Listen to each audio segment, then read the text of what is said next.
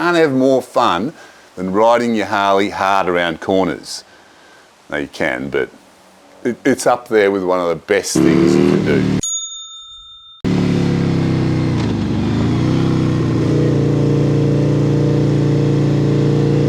Why are people actually afraid of cornering on a motorcycle? How to corner on a Harley without being afraid. Hi, welcome to the channel.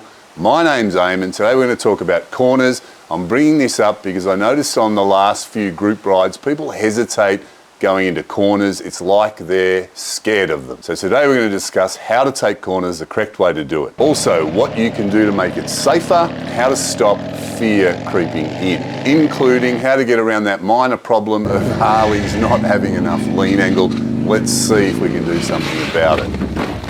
Now you can safely say there's no motorcycling without corners, maybe on a drag strip, but I find that a lot of the fun in motorcycling is taking corners. I think for most new riders, corners are the hardest part of motorcycling. But I've found over the years that once you understand the mechanics behind a motorcycle taking a corner and you practice some of the techniques that are required, cornering becomes the most fun part of motorcycling. Now we're riding on the road with all of the associated problems and hazards that road riding has. So I'm not going to discuss how to take a racing line or anything like that, because often that's not really practical on the road.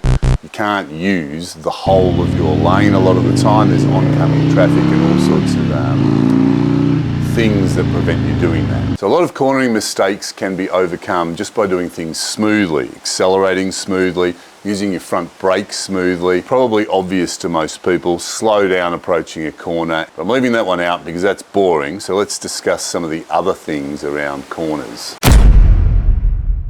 Now, one of the worst mistakes Harley riders make is target fixation. Target fixation is where you focus on an object or an obstacle that's in front of you on the road and you lose sight of the actual path that you want to travel along. Essentially, this is going to make you drift towards the obstacle and you might hit it or crash. Now, the reason Harley riders do this is because of stress or a survival instinct that kicks in if you haven't actually practiced consciously looking at the path where you want to go. You see, you naturally want to stare or focus on a perceived danger or threat because subconsciously you think that by keeping your eyes on something that's a threat or a danger, it's going to keep you safe. That's not true if you want to avoid a hazard on the road. But the opposite's true. You want your eyes on the path around the obstacle. Classic example of this is a head-on collision on a dark country road at night. People are driving along, it's dark, there's nothing happening, they see some lights coming in the distance.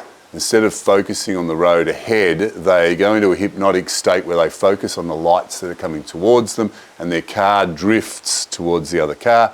It's a very dangerous situation to be in. Don't do that. You need to consciously practice looking where you want to go, the clear path ahead. You've also got to remember that lack of experience, higher speed, momentum will exaggerate or make it harder to break target fixation. I often see Harley riders looking just ahead of their front wheel with their eyes fixated on the road ahead of them. And this really is a type of target fixation because you're looking at the wrong area of the road. Now your Harley's going to go where your head points, not your eyes, your head. So you need to turn your head in the direction that you want to go, looking through the corner at the exit. Now, of course, you still need to check for hazards like gravel and potholes on the road. So when your head's turned, you can actually use your eyes to glance down at the road occasionally, but generally speaking, your head and vision is turned where you want to go.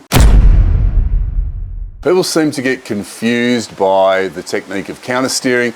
To put it simply, if you want to turn right, push your right handlebar to the left. So you're pushing your handlebars to the opposite direction of the turn. So if I want to turn right, I'm pushing my right handlebar to the left, which is the opposite way to the turn. That means my front wheel is going to turn a little bit to the left, which is going to cause the motorcycle to fall or to lean and turn to the right. Now, the faster you go, the harder you're going to have to push on the handlebars to make that happen. And the faster you want to turn into the corner, the harder you're going to have to push on the handlebars to make the same thing happen. is releasing the front brake too soon. Some would call that an advanced technique, some people call that trail braking. Now, a lot of motorcycle instruction runs along the lines of you're approaching a corner, brake, slow to the speed that you want to take the corner at, and then take the corner. Now, there's nothing wrong with this, especially at slower speeds, but you can brake much later and you can continue braking into the corner, and there's a reason for doing this. You just need to know how. Anyone who's been to a track day will probably understand this. You're braking as you're approaching the corner, and there's always somebody faster who goes, as you're braking, they go flying past you. Because they're braking later and deeper into the corner, and they appear to be taking the corner much faster than you, and of course they have a much faster lap time. Now, the trick is to use the front brake smoothly and deeper into the corner. You do most of your braking with the front brake while you are upright, and you slowly release more and more of your front brake as you are leaning. So it's pretty simple. As your lean angle increases, the pressure on your front brake decreases. Now, this is not just about speed. When you're using your front brake, your front suspension is compressed, and a little bit of pressure on the front brake is therefore loading up your front tyre, and this is going to give you increased grip. It's a similar rule to using your throttle. The less lean angle that you have, the more throttle you can use. The more lean angle, the less throttle. Same applies to the front brake. As you lean, you need to smoothly release the front brake. More lean, less braking.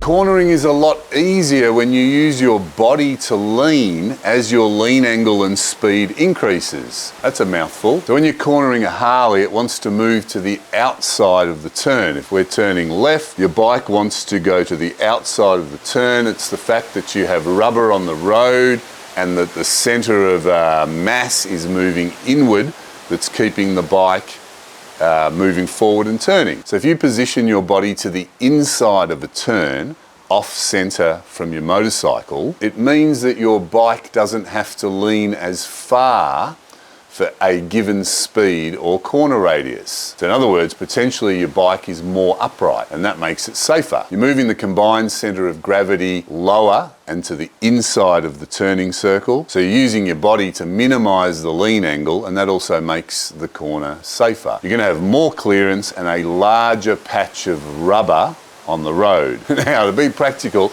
at street speeds, you're not going to have to hang your body off the bike like Valentino Rossi in a Grand Prix. All you really need to do is to lean your upper body off center, and that's often all that's required. So if you want to get more aggressive with leaning, besides moving your upper body to the inside of the turn, also rotate your hips, put the weight of your body onto one of the hips, lift your butt cheek, and don't forget to turn your head and look in the direction of the turn. So corners are a lot of fun. All it takes is a little bit of knowledge and stacks of practice, which is fun. But again, you need to really make a conscious effort to put these or any other techniques into practice. So what I mean by that is when you're out riding, taking a corner, make a conscious effort to go through particular things that you've learnt and put them into practice. Fear goes once you apply this knowledge and you've got a few kilometres of practice under your belt. The application of the things I've discussed today are going to benefit not just beginners but even more experienced riders. You would just take it to a further degree or ride harder. And there are plenty more things to learn.